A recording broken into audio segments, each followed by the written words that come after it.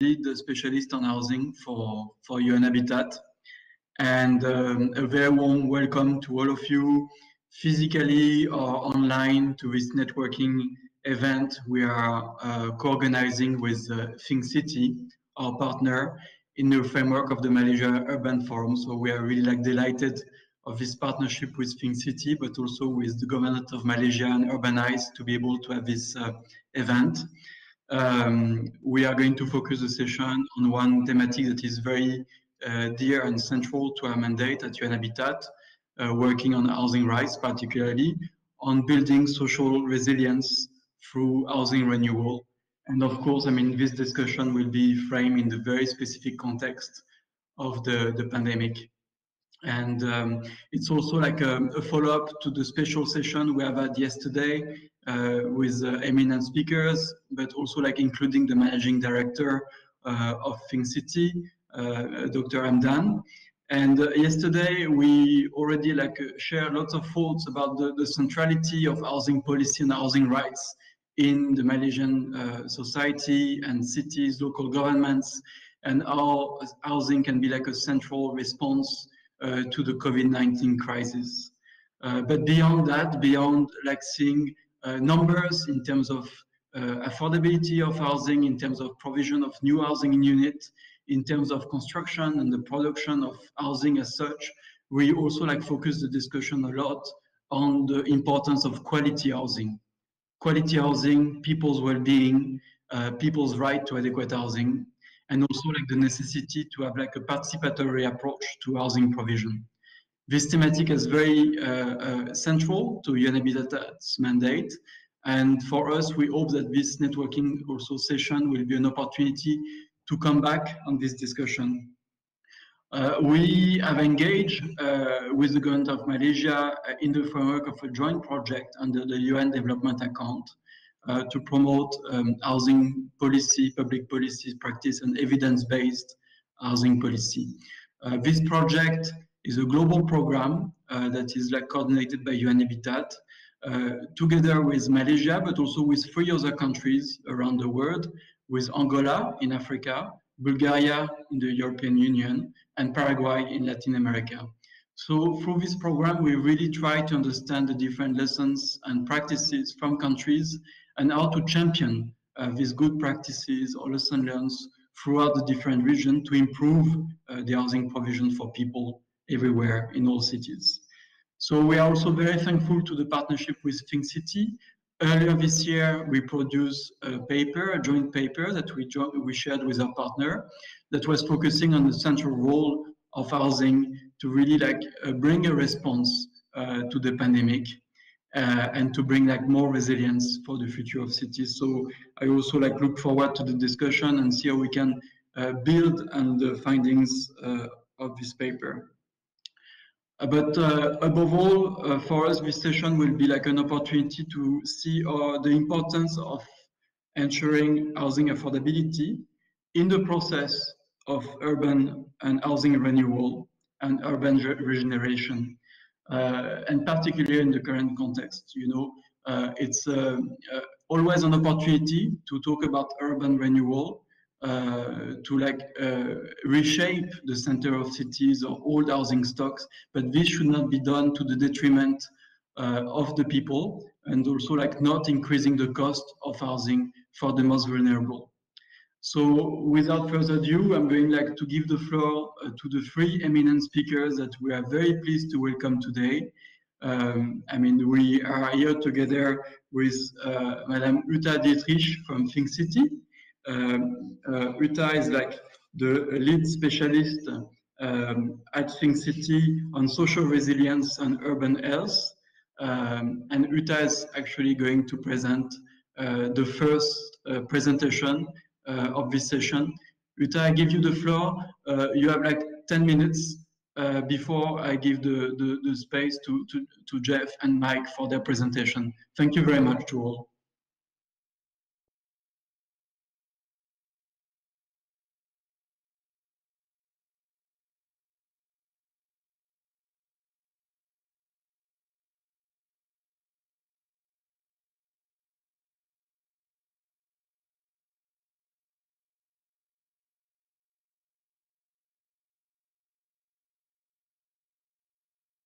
Uta, I think you are muted. Thank you for the reminder. So let's start again. Thank you very much for the opportunity to speak at the Malaysia Urban Forum. And it's great to be on a panel with my colleague speakers that all have such a keen interest on public and housing and trying to improve housing. So what does housing in for urban poor look like? When the sun shines on the public housing, like here the PPR, it doesn't look that bad. In fact, it looks quite nice. But when we look deeper, there are other issues that emerge. So really, the public housing program in Malaysia is quite a success program. And we can see that between the blue and the orange, there's a great reduction in poverty. It's over 98%. And when we look at poverty reduction, applying the new revised Malaysian poverty line, there is a continuous drop now to about 5.6%. But when we look more closely at into the housing estates, a different picture sort of emerges. So many of the public housing estates have been there for 20 plus years. And we see when we look inside that the living standards are deteriorating. And the causes for that are multifold. And some of it may be maintenance issues, but often we also see that there's a critique that there is a lack of responsibility in terms of people looking after the space around them. When we also know that for most public housing, there are only about 650 square meters with an average population of about family size of about 5 people. That can be anything from 1 to 12. So people take great care in creating actually a home in these public housing estates and expanding their life outside their public home. But as the quality of life drops, we risk creating vertical slums with all its consequences. And at the same time, we must recognize that residents deserve living in dignity. And that goes beyond a new coat of paint or a lift that has been fixed. So it has to include the social component of living together.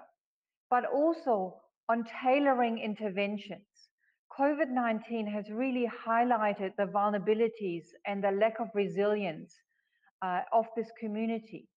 And so, for example, there have been a lot of food distribution during COVID-19, but sometimes the needs vary within the communities. So in this picture is a lady that had diabetes, and all she wanted was needles and her diabetes medication, but because she didn't have a car, she couldn't access that medication during lockdown. So we need to tailor our interventions. So Think City has come up with an idea that they wanted to test. So COVID-19, where we had the movement control order, we had the restrictions of being close to each other, came up with a digital solution, a digital platform that tried to engage and link community members.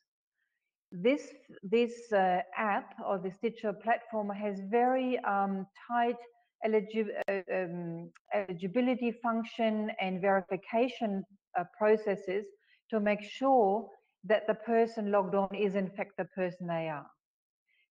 It is to deliver interventions in a very targeted, transparent, and efficient manner. And that is, for example, that food aid can be linked to the app and delivered online.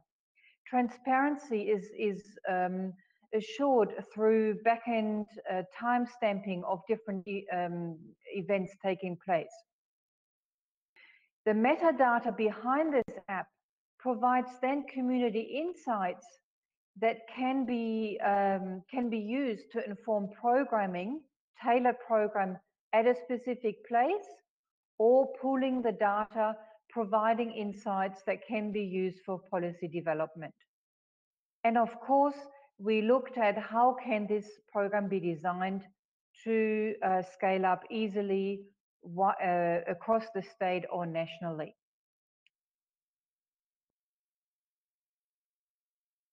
So the concept is that the resident, there is some communication, is informed that this app is now in existence.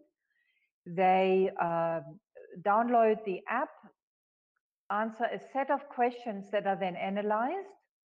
They conduct a verification process, which includes taking their own picture and a picture of their identity card, and a match score is created. And then they can get a QR code that provides access to the state food aid delivered, but other programs, government programs that are provided can also be linked to this app. And what has this data shown us today? Let's give some insights. So from the biggest critique when we showed people this app, they said, how do we know that the urban poor actually have phones, have smartphones, so they can link in? And what our data showed is that 99% of households had at least one smartphone. And so that really was not a stumbling block. The access to Wi-Fi or credit was more an issue. So we confirmed that the average population size, family size, was 5.3 people. Average children under 18 was 2.5. 10% were single parent households, and so on. You can see the statistics there. So so we know a digital solution is possible as the smartphone reach is high. We also identified that during COVID, 8 out of 10 families struggled to survive with COVID-related income losses. And move next. Another insight was around eating habit, and let me explain that this K2K program in the state of Selangor and the pilot sites is focusing on child health, child and family health, because we know that there is a lot of malnutrition in form of stunting, wasting, but also overweight in these communities, which is also exacerbated during COVID-19. So we see that 18% of households report not having enough food for children on 2 or more days.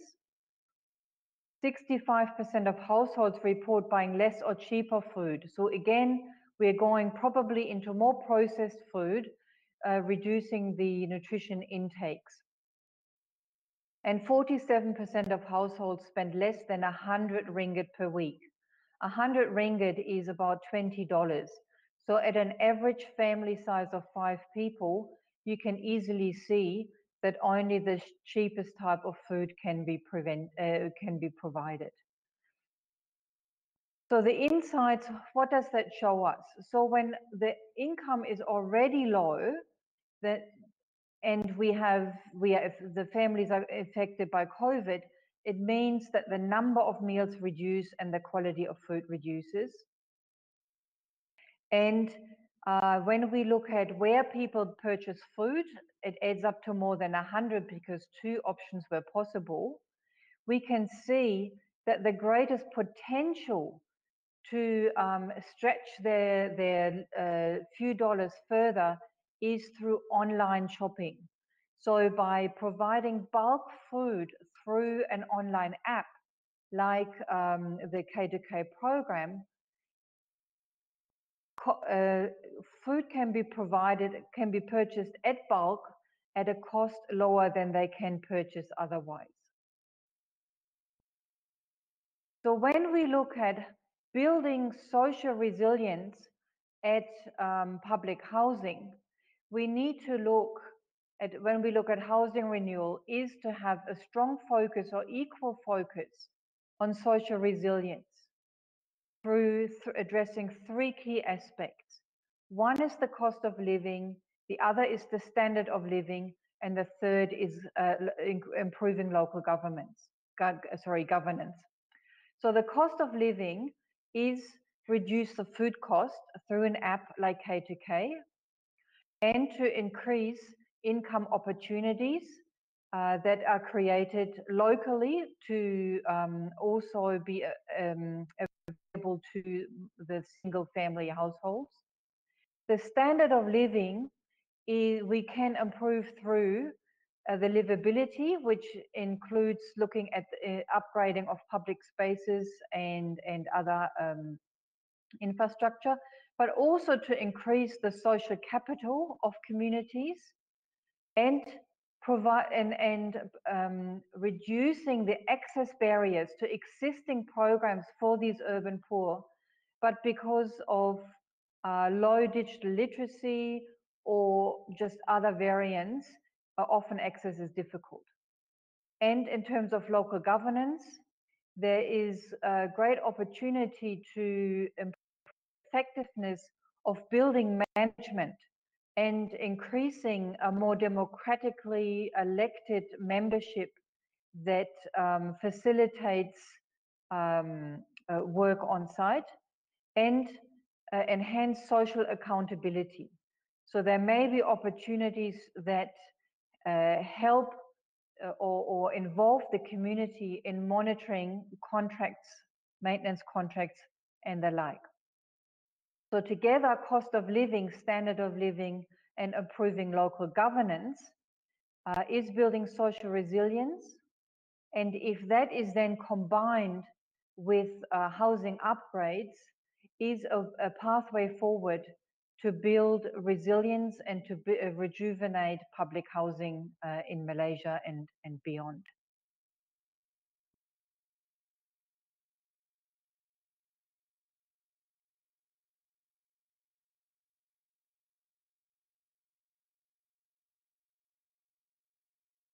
Thank you very much, Uta, for the presentation. Mm-hmm. I think that's very enlightening and said like already like the tone, like also like to define this concept of social resilience.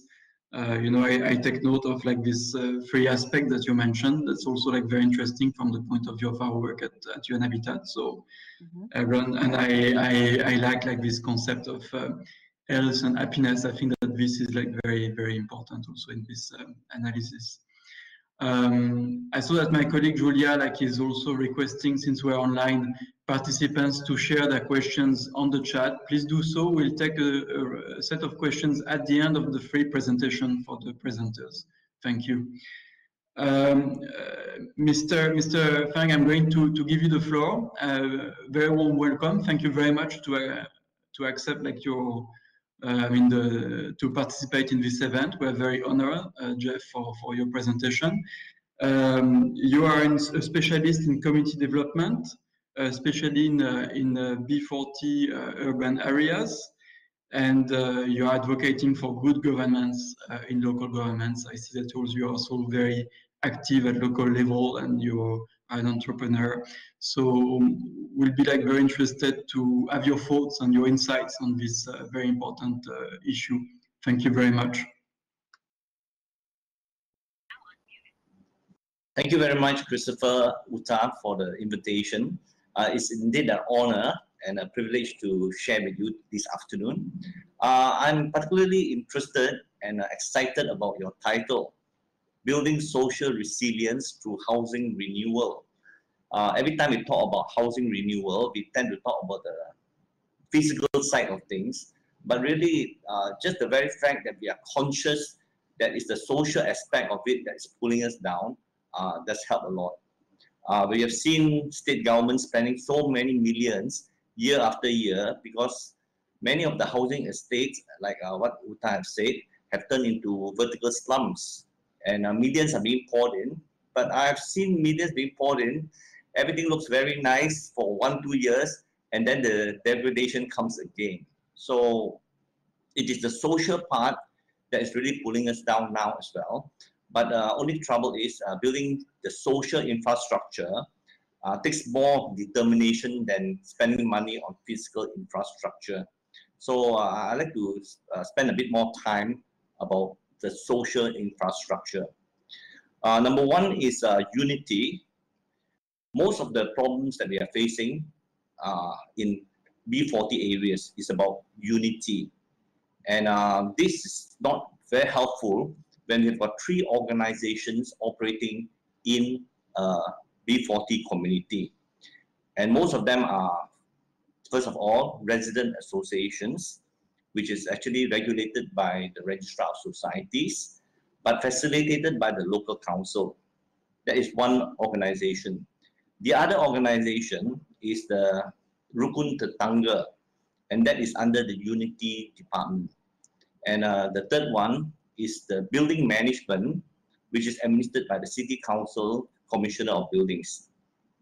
These 3 organizations compete for funds. All of them get about $6,000 a year, but that starts off a war within the community as to who wants to be seated on the AJK.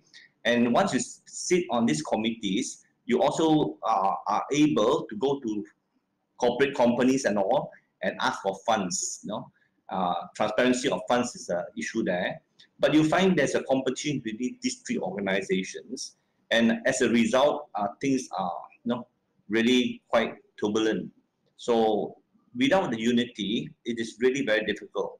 When we start to give food aid through one channel, then it only goes to the cronies of that particular channel leadership. So one of the things that we have suggested and we are implementing is a caring committee. A caring committee consists of people that cares for the community. They may not hold a position, it's not even a registered organization, but they get a lot of power when the NGOs recognize them and channel aid resources through them. So whoever is in the committee are the real working ones, not those that are not fighting for power and all. So that's one way of restructuring and institutionalizing organizations within the B40. The other thing that I like to talk about is capacity building.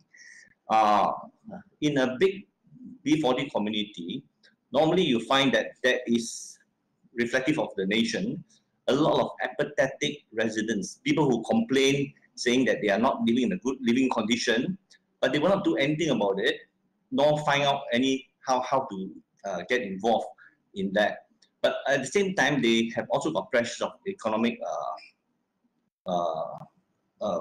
needs, that they have to focus on meeting the economic needs first. So I think in this way, what we need to do is focus on their roles on citizenship education, whereby they learn how to recognize who is a good leader that is serving the community. Concepts like servanthood leadership and all becomes quite important. But right now, the people there will not know how to recognize who is a good leader to lead them. The other thing is also common values, a community set of values that they need to adopt that will sort of build cohesion so that they understand each other. If you are in a village situation or in a kampong situation, kampongs are very resilient. Everybody look out for each other. But the tough condition of cities have already made it battle of the fittest. It's a survival of the fittest. So I think what we need to do is when they start to have a new approach of putting the community first and their own individual needs second. So in Malay we call that utamakan masyarakat, not diri sendiri lah. Okay, so that is something that is missing, and I think a lot of the agencies, local councils, just don't have the time to educate. So a cohesive, well-structured community building course is very needed. Okay, the next thing is, if you really want to have very resilient communities, everyone must work together, and this is where the local council especially plays a very significant role in this aspect. First of all, economic opportunities. We can actually create a local economy and also a circular economy by local councils availing jobs to the informal sector. These informal sectors are normally the V40 people. There are opportunities that they can take on quite easily, like landscaping and all those. These are already budgeted by the local council. Instead of contracting it out to business ventures and all, they could actually capacity train the people so that they get paid for doing a council job and they can afford to pay all the maintenance, and then it goes back into the economy. So I think that's quite important that we work cohesively together. Before another pandemic comes, the local council also have to work very closely to build up bridges with NGOs and all, and not to do things on their own. Working together is more important. But the word smart partnership has become a cliche. We really do not know how to actually interact and integrate ourselves. And I think working in isolation or in silos is the main problem that we are facing in this level. So we hope that this local economy will take off and the local authorities can integrate us. One of the most important thing is the database. The COB, Commissioner of Buildings, they actually have access to how many residents there are, what is the demographics and all, but how do they actually share the data so that it becomes meaningfully useful for people who want to work in there? Where are the OKUs? Where are the elderlies? So if there's a trust between NGOs and the local authorities, and there's a certain way of sharing data that is not technologically safe, we should be able to have very targeted interventions in B40s that will help. So I think basically looking at the structural problems is quite important. NGOs have been spending a lot of time giving interventions like education, like soup kitchen, but how does it all tie up together? Like soup kitchen can turn on to a catering business, and the catering business can find a market in some of the events that the council organize. And like Thailand, they organize a platform, a marketing platform for the informal economy, where every village produce a special product and the government will sell for them. It's one tambun, one product. They call that OTOP, which you can have one block of people creating a product that can be marketed, but the local council is the marketing platform for them, and they do have the customers as well. So that will provide an opportunity. So complete the value chain of service, and I think we will do much better. So social resilience actually involves us not working in silos, but working in a real functioning smart partnership, not a smart partnership, but a real functioning one. Yeah, thank you so much. No, thank you very much. There is a big echo. Yeah. No, thank you very much, Jeffrey. I think that lots of the words that you have been saying, they resonate with the work that we are doing at UNHabitat, but also in partnership with Think City. I think that you are very right, saying that it's much more difficult to work on like social infrastructure rather than built infrastructure. That's true. That's important to understand that in order like to place people and communities at the center of housing policies. Very often what we say at UNHabitat when we work with countries and cities on housing policy development is that, we are not producing this policy to build or to produce housing. It's really like to be able like to build cities and to build communities. And I think that this sentence also is summarizing what you have been saying. I also like take like your point that housing resilience, social resilience, this is a shared responsibility. This is also like one of our key messages that we want to promote in the campaign that we're going to start this month. So thank you very much for that. I think there will be like much more opportunity for discussion in the chat after with all participants. I would like now to give the floor to our third and last panelist, last but not least, architect Mike Boone.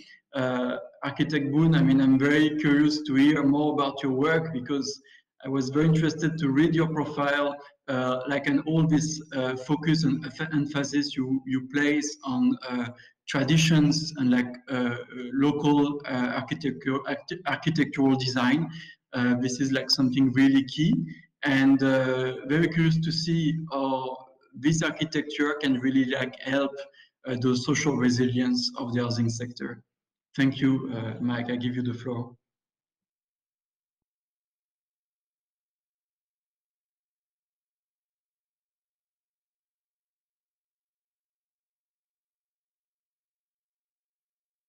Okay, let me get myself up and running. Thanks.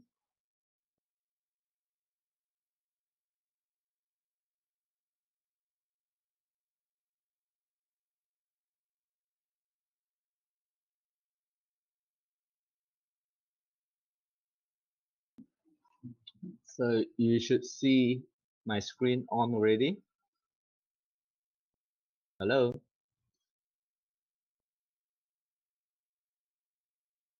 We can see it, yeah. Okay, thank you. Thank you for inviting me. I'm kind of nervous at the moment because all the high-profile people and people that I seem to know are in the room. You're looking at this image. That is all in my company. We are all shareholders, and we are the tauke and we're the coolie. We do everything ourselves. That's all we have, 3 of us. So how could a few individuals like this contribute to the subject matter that we're discussing? And how can we make a difference? So I'm going to tell you a story, our story. I don't know how relevant it could be. I hope it would be. And let's start. So 401, right? The story setting is in Kuching. Let me move the slide.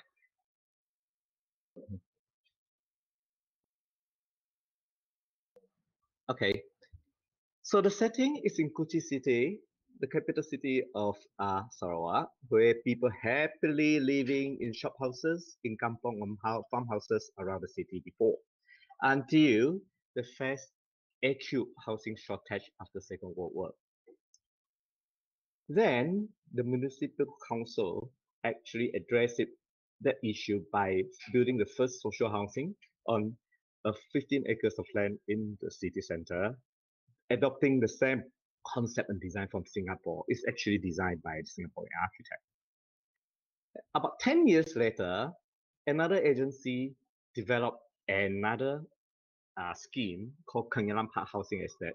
It's the first low-cost housing for public sales that was built in 1960s, late 60s. Subsequently, over years, our government are building more and more in various locations and introduce various types. Well, the other problem is escalating land prices in the city has driven up this sort of development further and further away from the city. And also, it's become inevitable where the density has to be increased, and then we start to stack buildings up into high rises. I was pondering as an architect, when these are happening, what would happen to the old housing stock? Also, can all this housing stock be an alternative, or is it feasible at all in open market?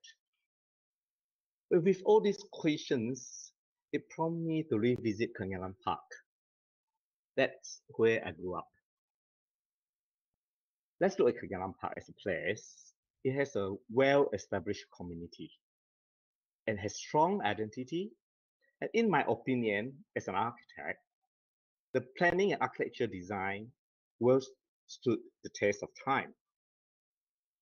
Well, it's just like any other social housing scheme. It is having problems or issues. The key 2 issues are uncontrolled extensions because they're all landed properties. Secondly is an emergence of cubicle dwellers. It's a very recent thing. And when people moving up the economic ladder, moving out, they partitions the house into rooms to rent to rural workers and foreign workers. So instead of sitting around thinking, talking, and hoping someone or something can be done, we took an approach where we thought to convince people we have to put money in the Maldives. So we have an opportunity to buy a house in that area. Then we adopt conservation approach to restore this dilapidated house to showcase the good original design. Our motto is to do as little as possible with reversible intervention at a minimal cost. The outcome is simple and relevant for contemporary living. And we even test out how could an open toilet work in a bathroom in the tropic. What we have learned from that exercise is a $250,000 investment plus another 60K to renovate it. That put our cost of 310,000. Then we look at the properties around us, and then we find that our price is compatible to a new house that you have to buy far away from the city, and it's cheaper than a new apartment in the city center. I think we're quite convinced that this is a viable alternative. I mean, being encouraged by that first exercise, we thought we were getting crazy. So we bought another property to showcase a single story type. And what can you do with a property like this? This is our next exercise. So we took the original plan, designed it sensitively to house a modern family. And that plan was flexible enough for them to partition into rooms if they want to rent it out, but still maintain the integrity of quality spaces that you need to have healthy living. Or we might be able to split them into two houses. Or maybe to do less, just leave it an open space, totally flexible, so that we can accommodate Soho. Now, a lot of people have to work from home. Anyway, all those exercises are done with the pretext of complying to all regulations. I think that's important to show examples. And we are trying to come up with more ideas so that we can share with others. And it's work in progress. So it's work in progress because we got stuck during MCO and start thinking, how many houses can we buy? We can't just keep doing that. That's impossible. That's crazy, really crazy. So we thought maybe we should take this up to the public and seek support from the public and the authorities. That's what we did. We looked around and found the parks and open spaces near our properties. Then we have, from my good memory of the place, and also visiting it regularly, the place is kind of well established. The landscape is well maintained, but the buildings need some upgrading work. The only key issue is the spaces are divided by drain and fences.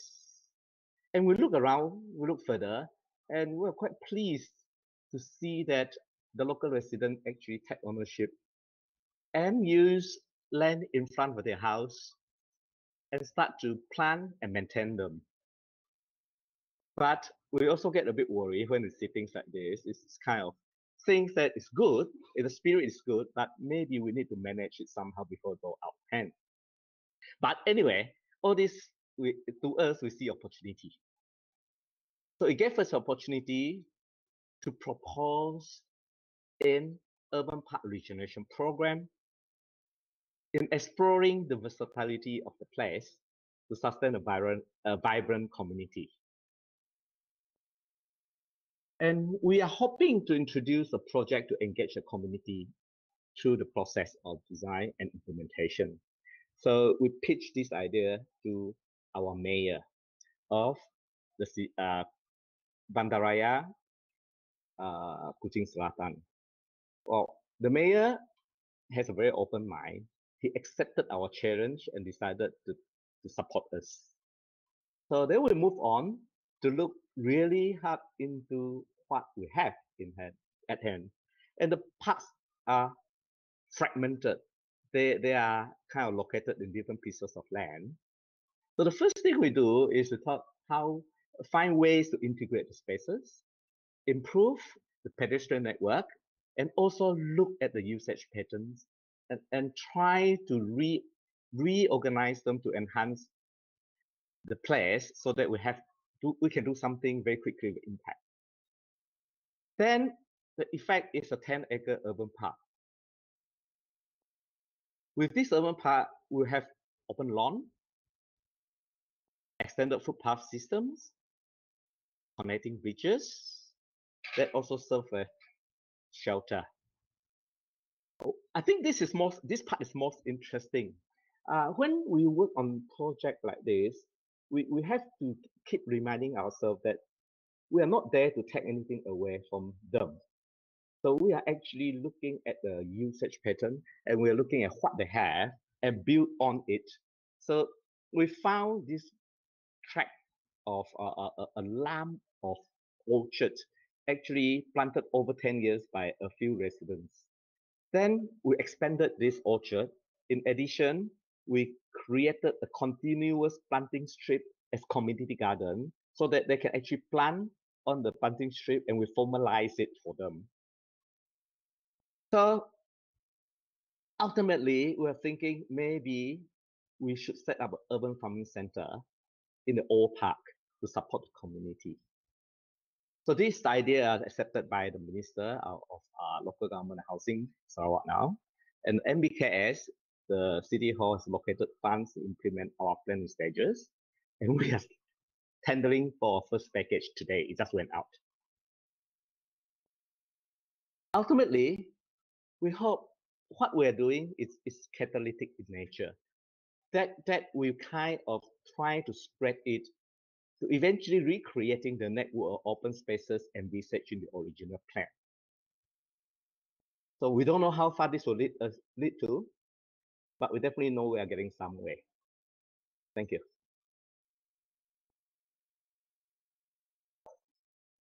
Thank you very much, Architect Mike Boone, for your presentation. It's very interesting, and I think that it's also like illustrate or like this through your project, you try to understand like the housing needs of people and communities really having an impact on the local urban fabric. So also something that will be like very interesting to see. It goes beyond again the built infrastructure and the housing building. It's really like about the software of the city as such. I'm turning to the chat and to the online participants to see if there is questions for our panelists. I encourage everyone to share their remarks or questions for the speakers.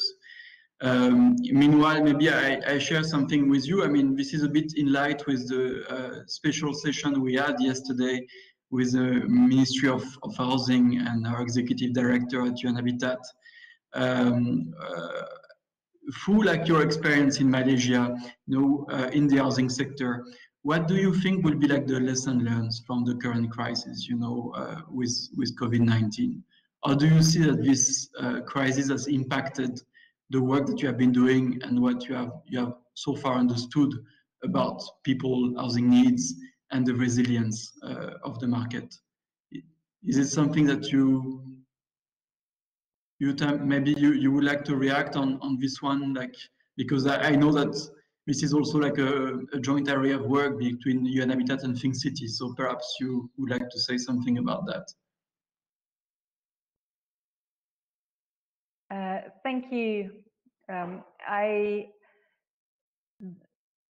think the current pandemic has impacted the vulnerable communities the most. I don't think there's any question about it. And it highlights that the issues are not just around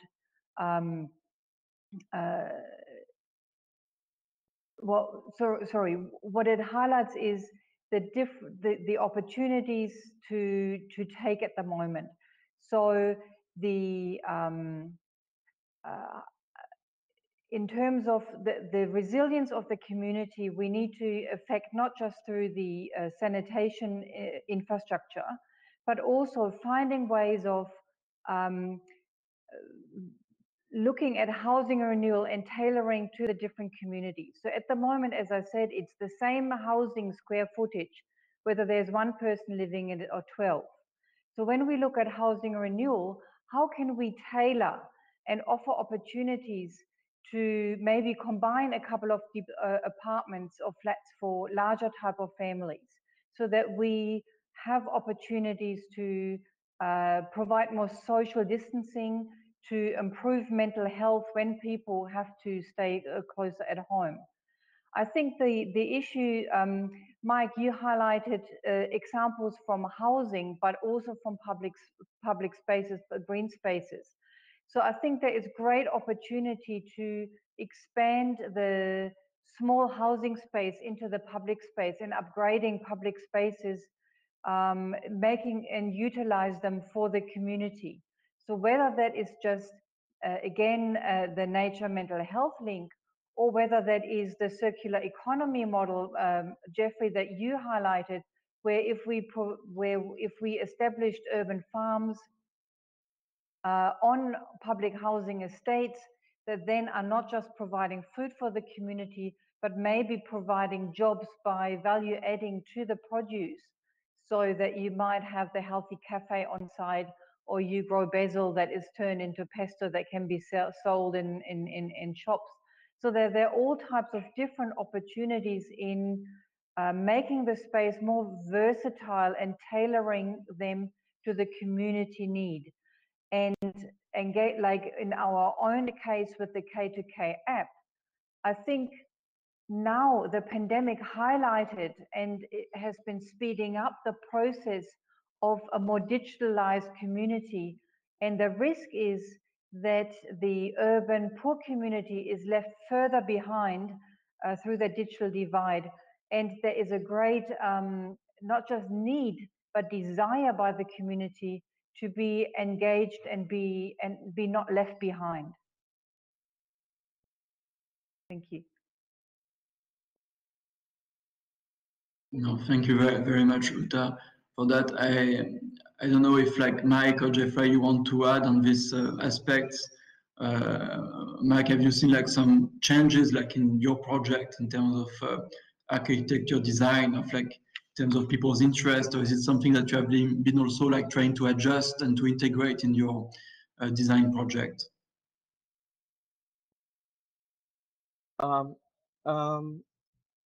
Many architects, including people like me, has been trained and brainwashed, being egotistic.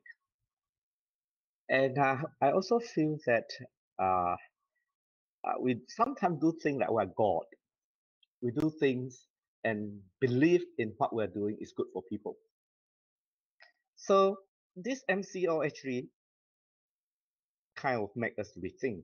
Definitely, everybody's rethinking. So, but what do we do if you think of me? The first thing that strikes me is how data and technology, digital technology, actually quickly being adopted by the public in their everyday life. And it took a while to break through. It needs this pandemic for it to just happen, you know, it's like quantum leap. So that actually changed how we live, I think, in a way. And I think we have to design in a very different way, different mode now. I've been thinking, I don't have a solution. I mean, I'm lying to you if I know what I'm doing. I'm just thinking, so I'm learning, including today. I thought maybe what we are designing as an architect now, it's not something that is defined like before, like apartments, like flats, like houses. I think we have to look at spaces that is adaptable and flexible. It needs to cope with change easily. Physical entity is very difficult to change once you build it. So we have to rethink of how to construct and design accordingly for that kind of mindset. And the other thing that like I mentioned earlier, people can adopt to technology suddenly just like that. You know, it's got no choice. But in terms of providing social housing, the problem is not the people. I think, I mean, there are many sides of the coins that we have to look at, but I think maybe the policymaker have to work, like you say, out of the silo and really open the minds up and listen. and they have to be daring enough to experiment. This is the time. This is transition time for us to experiment, because what else do we have to lose? That's my take. No, thank you very much, Mike, for this feedback. I agree with you. I've seen, Jeffrey, that there is a question from Alif that on top of this question should be like directed to you. So I'm going to read it to you and to all the participants. So Alif is from EVD Engineering, and he has a question to understand further on the B40 housing area issue. And I think that this is also an area that you know well. What other methods and strategies to obtain the data to assist the housing issues and developing it within a smart city concept? This issue of data collection, this is also like very key in the work that we are doing for evidence-based housing policy. But Jeff, you also mentioned the importance of it, like in the design of like the different approach. So what do you have to answer to Alif on this one? Yes, I think we need a lot of data from communities. Right now, we are getting a lot of data in major overview statistics that doesn't help us to intervene on a local community. I think the role of data gathering would be very much right now, if you want to do it immediately, is through trusted NGOs. NGOs that have won the trust of the community, because you need a lot of specific data from them. For example, if you use multi-dimensional poverty measurement, you instantly recognize what are the economic deficiencies there, what are the health deficiencies, what are the living standards deficiencies, and education as well. So I think these things require quite a lot of ongoing data, but you need real-time data as well. So if you are an NGO working in a community, you have the luxury of actually interacting with them all the time, having a close association with the JMB, whereby you can actually know who are the poor families, who are the OKU families, and you can do a mass customization in terms of helping them. So of course, this should be later on replicated by the local authority, who will take this initiative to start to create more localized database. So if you have a lot of data but you cannot do anything, eventually the community will say, no, I'm not going to give you any more data, because everybody is asking for data, but what do I get in return? Another thing that is important is we approach it like what Architect Mike is doing. You must have pilot projects to prove that it is working. And later on, when you bring it to the local council, they can't refuse you, unless they can offer a better solution. So I think Mike has done a great job, having a pilot project. The proof of concept is already there. Will you, in your position of power, replicate that? And if they do that, then what you do is you get a smart city, whereby you can actually intervene on a mass customization basis. So perhaps this is where working in silos and working in an integrated manner, that is the major difference that is happening now. So that's an answer to Alif. Christopher, can I comment on the first question about? Okay, I think right now we are in a perfect storm. We are having COVID-19. That is a storm in itself. But climate change is a storm that people don't take it seriously. But to the environmentalists, this is a fantastic thing. COVID-19, when it came in, the river is cleaner, the air is less polluted, and the world just recovered, all right? But the other one that's coming in is Industry 4.0. And right now, after COVID-19, we are hurt very badly. But before very long, all these big spaces for jobs like Grab, taxi and all, they are going to disappear. AI will come in. So I think this is the time where COVID-19 says, we are restarting the earth. We are resetting the button. We have pressed the reset button. So if we start to do things conventionally, we are in trouble. Right now, we cannot be creating jobs. We must be creating entrepreneurs, micro entrepreneurs maybe. The whole emphasis has got to change now to adapt to the new world. But we are in confrontation with people that are used to tradition to follow the book. So this will be our major challenge. Thank you. Thank you, Jeffrey. So I understand like a major challenge, but also a new era for new opportunities. new society. Thank you very much for that. We have two other questions. If you could please mute your mic because there is a bit of an echo. Thank you. So there is a question from Anna, who I guess is an architect, and she would like to ask to you, Mr. Architect Boone, what were the challenges that you faced in designing the park you've shown us, and if you had involved the landscape architects.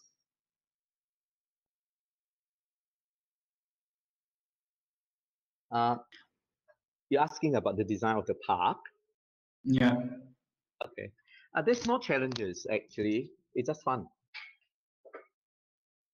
So we have to approach it in a way, we have to throw the commercial aspect out of it and really go there to do it to have fun. And if you don't get excited with a project like this, how do you expect your outcome for other people to accept it and get excited about it? And we don't use the landscape architect, unfortunately, because all these things happen very fast. Can you imagine? We kind of cook up the idea, work on it during MCO, now we're tendering. I do the landscaping myself because that's why it turns out to be a park and urban shopping center. It all came because during MCO, I had a conversation. I called up the director of agriculture. And one of the things that we found is in the initial stage of MCO, it's very difficult for urban dwellers to get fresh quality breeds. So Sarawak as a state is pushing for modernization of agriculture. So I thought it's something that is quite simple. If that idea can be shared, and if someone can just do something, and it's good for our carbon reduction also, and that is a small start. So then I try to talk to people. I've done a lot of landscaping before on my own, and start to promote, instead of using ornamental trees, which a lot of public parks or kind of public projects tend to use for colors and beauties.